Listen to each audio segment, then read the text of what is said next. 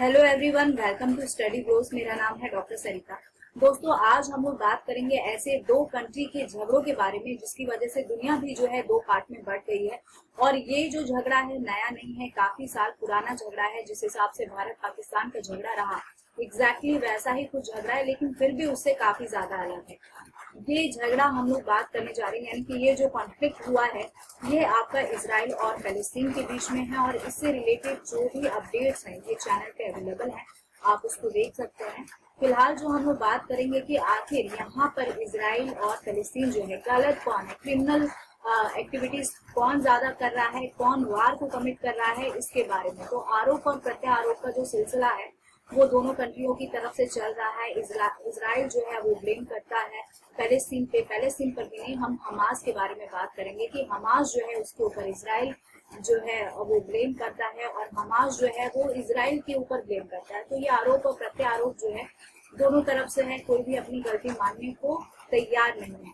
तो इससे पहले हम इस टॉपिक के ऊपर चर्चा करें, हम लोग थोड़ा सा हिस्ट्री में जाएंगे और थोड़ी बहुत जानकारी लेंगे, देखेंगे कि आखिर ये इजराइल और फलस्तीन जो है इसका लोकेशन कहाँ पर है और क्या है, आखिर ये लड़ाई का जो रीजन है वो क्या है, ये वजह क्या है लड़ाई की। वजह से हम सब अपडेट है, लेकिन थोड़ा सा मैं जरूर बता दूं कि पहले तो हम यहाँ पे देख लेते हैं कि इजराइल का और जो फलस्तीन है उसका हम यहाँ नक्शा हमें दिखाई दे रहा है। यहाँ पे सबसे पहले हम आएंगे कि जो हिस्टोरिकल मैप हमें यहाँ पे दिखाई दे रहा है उसके बारे में बात करेंगे। तो शुरुआत में अगर हम लोग बात करें तो बिल्कुल बिगनिंग में हमें मालूम चल रहा है कि इजराइल जो है वो एग्जिस्ट ही नहीं कर रहा है, यानी इजराइल जैसा कोई देश यहाँ पे नजर नहीं आ रहा है। फलस्तीन यहाँ पे दिखाई दे रहा है। अब अगर हम 47 में आते हैं, यानी कि 1947 के आसपास हमें मालूम चल रहा है, तो ये जो ग्रीन कलर है दोस्तों, ये जो ग्रीन कलर में आपको नजर आ रहा है ये पैलेस्टीन है। ठीक है, यहाँ आप देख सकते हो कि पहला जो मैप है उसमें आपको मालूम चल रहा है कि इजराइल एग्जिस्ट नहीं कर रहा है। ये पूरा जो जमीन है ये पूरा आपको पैलेस्टीन का नजर आ रहा है। लेकिन अगर हम लोग 47 में आते हैं तो यहाँ पे हमें मालूम चल रहा है कि ये जो व्हाइट व्हाइट हमें दिखाई दे रहा है ये पूरा क्या है, इजराइली है। और यहाँ पे जो ग्रीन कलर का हमें मालूम चल रहा है ये क्या है, ये है हमारा पैलेस्टीन।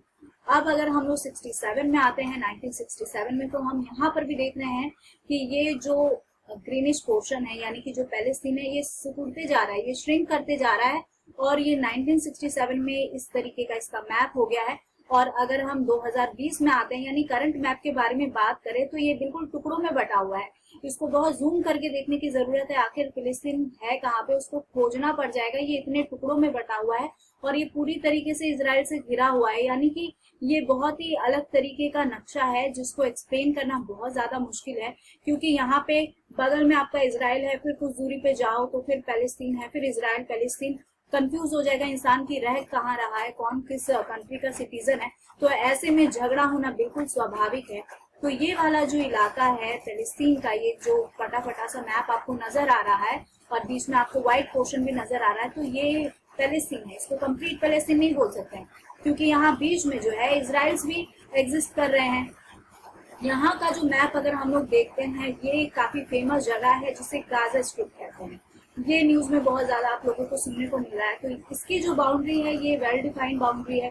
क्यों वेल डिफाइंड बाउंड्री है, क्योंकि एक तरफ से ये यहाँ से इजराइल ने इसको घेर रखा है अच्छी तरीके से, और यहाँ पे इजिप्ट की बाउंड्री यहाँ पे है। तो ये पूरी तरीके से ब्लॉक हो रखा है। ठीक है, एकदम ब्लॉक हो रखा है, इसको कोई खास सपोर्ट मिल नहीं पाता है।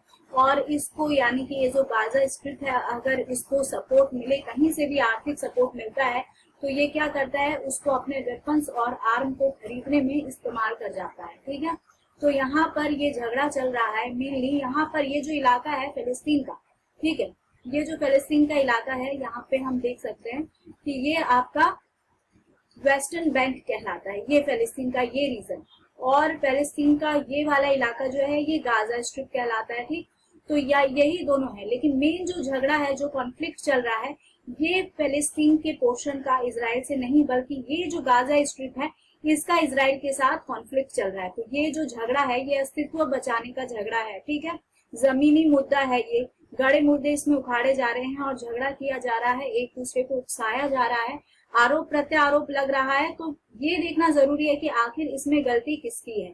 ठीक है, यहाँ पर कोई भी देश जो है वो अपनी गलती नहीं मानेगा। और पूरी दुनिया जो है दो भागों में बढ़ चुकी है, कुछ जो है इजराइल के समर्थक हो गए हैं और कुछ जो है पैलेस्तीन के समर्थक हो गए हैं। अब यहाँ पे कॉन्फ्लिक्ट का एक और रीजन है, तो ये तो हम लोगों ने जियोपॉलिटिकल रीजन जाना कि ये जमीनी लड़ाई है, किस तरीके से हम देख रहे हैं कि इजराइल जो है उसका अस्तित्व जो है बनता जा रहा है, और जो पैलेस्तीन है जो पहले अस्तित्व में था वो अपने अस्तित्व की लड़ाई लड़ रहा है, यानी अपनी अस्तित्व को बचाने की लड़ाई यहाँ पे लड़ रहा है। तो यहाँ पे जो लड़ाई है वो सिर्फ अस्तित्व बचाने की जमीनी लड़ाई नहीं है कि ये जमीन हमारा और ये जमीन तुम्हारा है। इस इलाके में जो है जमीनी खरीद फरोख्त भी बहुत ज्यादा हुई है, और इस वजह से भी यहाँ पे मैटर जो है बहुत ज्यादा हमेशा गरमाया हुआ रहता है। दूसरी अगर बात हम लोग करें तो ये धार्मिक बात है, ठीक है, रिलीजियस मैटर के बारे में।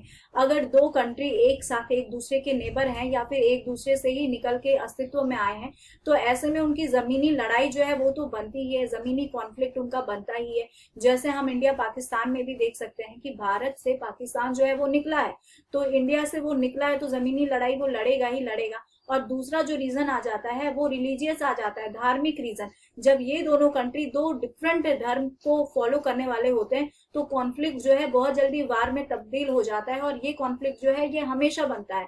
जब तक वो कंट्री एग्जिस्ट करती है तब तक ये कॉन्फ्लिक्ट जो है ये भी एग्जिस्ट करेगा। तो यहाँ पर भी वो बात देखने को मिल रही है कि इजराइल जो है यहाँ पर मेजॉरिटी ऑफ पॉपुलेशन जो है वो ज्यूज है, वो आपका यहूदी है। जबकि अगर हम पैलेस्तीन के बारे में बात करें तो यहाँ पर जो मेजॉरिटी है वो इस्लाम है और अरेबिक स्पोकन है। तो दो डिफरेंट रिलीजियस यहाँ पे एग्जिस्ट कर रहे हैं। तो जमीनी लड़ाई के साथ साथ यहाँ पे जो धार्मिक लड़ाई है वो भी यहाँ पे स्टार्ट रहती है। अब थोड़ा सा हम लोग जानते हैं कि लड़ाई की एक्चुअल में करंट वजह क्या है, और यहाँ पे उससे पहले हम लोग जानते हैं कि ये देखिए ये यहाँ पे पैलेस्तीन दिख रहा है जिसे हम वेस्ट बैंक कहते हैं, और यहाँ पे हमारा गाजा स्ट्रिप है, ठीक है। तो काफी वेल डिफाइंड इसकी बाउंड्री है, लेकिन यहाँ पर जो वेस्ट बैंक है इसकी कोई प्रॉपर बाउंड्री जो है जूम करके अगर हम लोग देखें तो इसकी कोई प्रॉपर बाउंड्री समझ ही नहीं आ रही है, ये इतना ज्यादा टुकड़ों में बिखरा हुआ है। तो यहाँ पर जो है यहाँ पे आपका इजरायलीज भी हैं और यहाँ पे पैलेस्तीन भी है, लेकिन जो मेन कॉन्फ्लिक्ट है वो पैलेस्तीन की इस बाउंड्री से नहीं हो रही है, वो हो रही है गाजा स्ट्रिप से। एक्चुअल में ये हो रहा है आपका इजराइल और हमास के बीच में। तो हमास जो है वो यहाँ पर है, या आपका गाजा जो है यहाँ पर है। तो ये वाला जो पैलेस्तीन का हिस्सा है यहाँ पर पैलेस्तीन गवर्नमेंट जो है वो शासन करती है, यहाँ पे पैलेस्तीन के नागरिक हैं। लेकिन ये जो गाजा स्ट्रिप है यहाँ पर एक तरीके से आप कह सकते हैं कि शासन जो है वो चल रहा है आपका हमास का। तो हमास जो है इसे कई लोग मिलिट्री ग्रुप मानते हैं, कई इसे पॉलिटिकल पार्टी मानते हैं, और कई जो है इसे एक टेररिस्ट ग्रुप भी मानते हैं, ठीक है। तो यहाँ पे ये जो आपका गाजा स्ट्रिप है यहाँ से इनके बीच में जो है युद्ध जो है आप कह सकते हैं कि जो कॉन्फ्लिक्ट है वो यहाँ पे है। तो यहाँ पे इजराइल हो गया ये पूरा, और यहाँ पे गाजा स्ट्रिप है। तो यहाँ से ही जो भी रॉकेट लॉन्च किए जा रहे हैं या किसी भी तरीके से एयर स्ट्राइक की जा रही है वो सब कुछ इसके बीच में हो रहा है। तो करंट असल में जो करंट रीजन है वो क्या है? करंट रीजन जो है ये एक धार्मिक रीजन है, ठीक है। ये तो जो लैंड पोर्शन है इसको लेके कॉन्फ्लिक्ट तो चल ही रहा है, बहुत पहले से चल रहा है, और अभी का जो रीजन है वो आपका एक धार्मिक इशू को लेकर है। तो शेख जर्रा वाला मैटर जो है ये आप लोगों को पता होगा कि यहूदियों ने किस तरीके से रैली निकाली थी, और किस तरीके से जो इजराइल्स हैं उन्होंने यहाँ के जो पैलेस्तीन है उनको घर खाली करने के आदेश दे दिए थे, घर से बाहर निकाला जा रहा था। उसके बाद से नेताओं के द्वारा जो भड़काऊ भाषण दिए जाते हैं, और उससे भी ज्यादा जो इम्पोर्टेंट है वो अल अक्सा मॉस्क जो है, मस्जिद जो है, वहां पर जो इजरायली पुलिस थी उस पुलिस ने जब रबर बुलेट फायर किए पैलेस्तीनियों के ऊपर और वहां से जो पत्थरबाजी हुई, तो ये वाला जो मैटर है ये फिलहाल करंट इशू है। तो इस मैटर को ध्यान में रखते हुए जो गाजा स्ट्रिप में यहाँ पे जो हमास है उन्होंने वार्निंग दी इजराइल को कि वो अपना जो अल अक्सा मस्जिद है वहां से अपना जो इजरायली पुलिस है उसको खाली करे, अदरवाइज ये क्या करेंगे, अदरवाइज ये वहां पे कॉन्फ्लिक्ट स्टार्ट करेंगे। तो ये उन्होंने ऐसी थ्रेटनिंग दी थी, और उसके बाद से इन्होंने कॉन्फ्लिक्ट जो है वो स्टार्ट भी कर दी, रॉकेट दागना भी शुरू कर दिया। लेकिन इजराइल जो है वो काफी ज्यादा मजबूत कंट्री है, ठीक है। तो ये काफी ज्यादा इसकी स्थिति मजबूत है और इसका डिफेंस सिस्टम जो है वो भी बहुत स्ट्रांग है। अदरवाइज नुकसान जो है बहुत ही मासिव लेवल पे होता।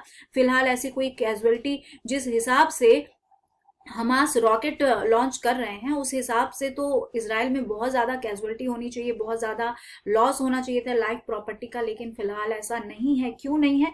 क्योंकि इजराइल का जो डिफेंस सिस्टम है वो बहुत ही ज्यादा स्ट्रांग है। अब जब हमास ने रॉकेट दागने शुरू किए तो अपने डिफेंस में इजराइल ने भी एयर स्ट्राइक शुरू कर दी। अब हमें ये देखना है कि आखिर गलती किसकी है, कौन जो है ये इस कॉन्फ्लिक्ट को वार का रूप दे रहा है और कौन सबसे ज्यादा रिस्पॉन्सिबल है। तो यहाँ पर देखिए आरोप और प्रत्यारोप जो है उनका सिलसिला जारी है। एलिगेशन एक दूसरे के ऊपर ये दोनों ग्रुप जो हैं आपस में लगा रहे हैं, यानी कि इजराइल जो है ये हमास के ऊपर और हमास जो है वो इजराइल के ऊपर लगा रहा है। तो असल में जो इजराइल है उसका ये कहना है कि हमास जो है ये पैलेस्तीनी पब्लिक जो है उसको अपने लिए एक सेफ्टी गार्ड की तरह यूज कर रहा है, जबकि जो आलोचक है यानी कि वो सारे लोग जो क्रिटिसाइजर हैं किसके, इजराइल के, उनका ये कहना है कि इजराइल जो है जरूरत से ज्यादा फोर्स जो है उसका इस्तेमाल कर रहा है गाजा के ऊपर, यानी हमास के ऊपर जरूरत से ज्यादा फोर्स इस्तेमाल कर रहा है। दोनों तरफ से एयर स्ट्राइक हो रही है, दोनों तरफ से बम्बार्डिंग हो रही है, रॉकेट लॉन्च किए जा रहे हैं। तो इसमें हम देख सकते हैं कि ये इमेज जो है, ये पूरा सिनेरियो कितना ज़्यादा खतरनाक और भयानक दिखाई दे रहा है। इसमें सिविलियन का बहुत ज़्यादा लॉस हो रहा है। अगर फिर भी हम लॉस के बारे में कंपेयर करते हैं तो हमास जो है यानी गाजा जो है उसको नुकसान ज़्यादा उठाना पड़ रहा है, क्योंकि एक तो ये पतला सा संकरा सा रास्ता है, उसके बाद से इनको कहीं से कोई सपोर्ट मिल नहीं पा रहा है। क्योंकि 2007 में जब सत्ता गाजा की हमास के हाथ में आई तो इजिप्ट जो है उसने भी अपना हाथ वहां से पीछे खींच लिया और उसने भी वहां से एकदम एक बैरिकेड सा लगा दिया और बाकी जगह से इजरायलियों ने इनको कवर कर रखा है।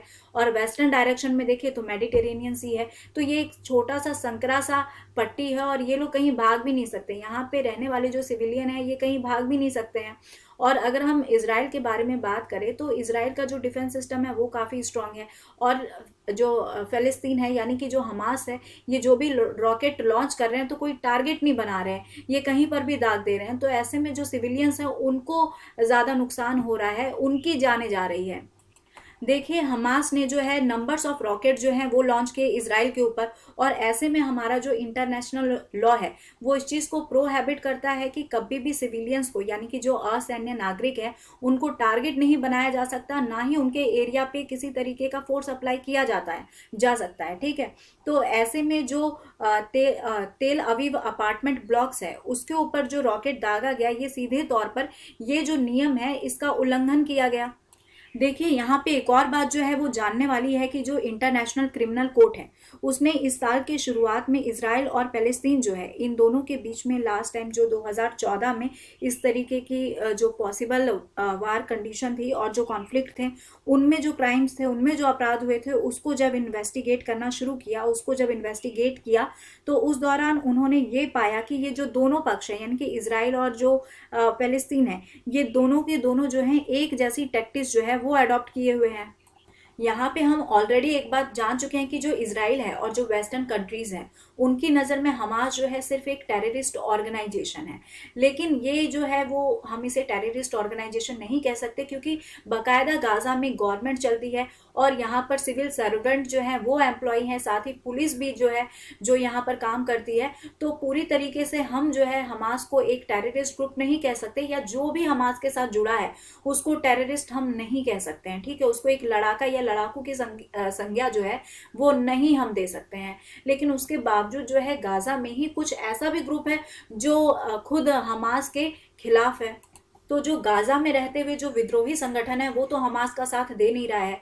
इसके बाद से हमास जो है इसके पास रिसोर्सेज उतने ज़्यादा नहीं है, इसके पास जो डिफेंस सिस्टम है वो इसका स्ट्रांग नहीं है, और साथ ही साथ इसके पास जो मिलिट्री पावर होने चाहिए, जो इक्विपमेंट्स होने चाहिए वो भी उतने ज़्यादा सफिशिएंट नहीं है। ये बस नॉन स्टॉप जो है वो रॉकेट को दागे जा रहा है बिना अपने रिसोर्स की चिंता किए हुए कि इसका रिसोर्स इसके पास है कि नहीं, मतलब बस अपने अस्तित्व को बचाने के लिए ये यहाँ पे लड़े जा रहा है। और जबकि यहाँ पे पॉपुलेशन भी बहुत कम है, 20 लाख के आसपास की यहाँ पॉपुलेशन है, ये लोग कहीं और भाग भी नहीं सकते हैं। लेकिन उसके बावजूद उकसाने के ऊपर ये जो लड़ाई हुई है ये उकसाने के ऊपर हुई है लड़ाई, तो एक दूसरे को उकसाया गया है और उस दौरान जो है ये कॉन्फ्लिक्ट शुरू हुआ है। वो ग्रुप जो कि इसराइल को क्रिटिसाइज करता है उसका ये मानना है कि इसराइल जो है वो ज़रूरत से ज़्यादा फोर्स जो है वो हमास के ऊपर लगा रहा है, जबकि इसराइल के पास अनडिक्लेयर न्यूक्लियर पावर है, उसके बाद से इसकी जो सेना है वो भी बहुत ज़्यादा पावरफुल है, उसके बाद से इसराइल जो है उनके पास एंटी मिसाइल डिफेंस है। तो इस तरीके से इसराइल जो है अपने आप में एक पावरफुल नेशन के रूप में उभरा हुआ है।